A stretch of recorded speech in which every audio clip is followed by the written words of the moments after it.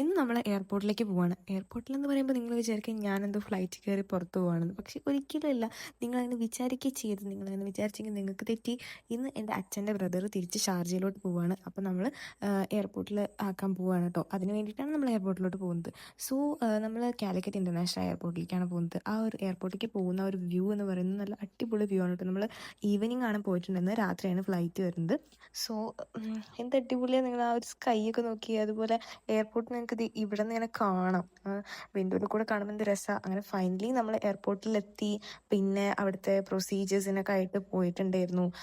And it is very hard to say good bye അല്ലേ. ഇത്രയും ദിവസം നമ്മുടെ കൂടെ ഉണ്ടായിരുന്ന ഒരാൾ വേഗം ഫ്ലൈറ്റിൽ കയറി പോകുന്നു എന്ന് പറയുമ്പോൾ നമുക്ക് നല്ല സങ്കടവും. അങ്ങനെ തിരിച്ച് പോരുകയാണ് കൊണ്ടാക്കിയിട്ട്. ഇന്ത്യയിലെ ഫ്ലാഗൊക്കെ കാണുമ്പോൾ ഭയങ്കര പ്രൗഡായിട്ട് തോന്നുന്നു. പിന്നെ നമ്മൾ തിരിച്ച് വരുമ്പോൾ ചായപ്പോട്ടിൽ കയറിയിട്ടുണ്ടായിരുന്നു. ചായപ്പോട്ടിൽ കയറിയ അടിപൊളിയായിട്ട് നമ്മുടെ എയർപോർട്ടിൻ്റെ വ്യൂവും കിട്ടും. പോരാത്തതിന് എയറോപ്ലെയിൻസ് ഒക്കെ ഡിപ്പാർച്ചർ ചെയ്യുന്ന ആ ഒരു ടേക്ക് ഓഫ് വ്യൂവും കിട്ടും നമുക്ക്. അങ്ങനെ അത് കാണാൻ വേണ്ടിയിട്ടാണ് മെയിനായിട്ട് ചായപ്പോട്ടിൽ കയറി തന്നെ കോഫി കുടിക്കാൻ കാരണം.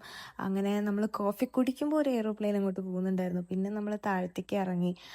പിന്നെ അവിടെ നിന്ന് ഒരു 4-5 എയറോപ്ലെയിൻ മിനിറ്റുകളുടെ വ്യത്യാസത്തിൽ ടേക്ക് ഓഫ് ചെയ്യുന്നത് നമ്മൾ കണ്ടിട്ടുണ്ടായിരുന്നു. ആൻഡ് അത് ഭയങ്കര ക്രേസാണ് കേട്ടോ സത്യം പറഞ്ഞാൽ. കാരണം ഞാൻ ഇതൊരു ഫ്ലൈറ്റിൽ കയറിയിട്ടില്ല. സോ ഇത് ഭയങ്കര ത്രില്ലിംഗ് ആയിട്ട് തോന്നിയിട്ടുണ്ടായിരുന്നു ഫ്ലൈറ്റ് ടേക്ക് ഓഫ് ചെയ്യുന്ന ഒരു മൊമെന്റ് എന്ന് പറയുന്നത്. പിന്നെ നമ്മൾ സാൻഡ്വിച്ച് ഒക്കെ കഴിച്ച് തിരിച്ചു പോന്നു കേട്ടോ. രാത്രി ആകുമ്പോഴത്തേനും തിരിച്ചു പോന്നു. അപ്പോൾ ഇന്നത്തെ വ്ലോഗ് ഇത്രയൊക്കെ ഉള്ളൂ. Okay, by.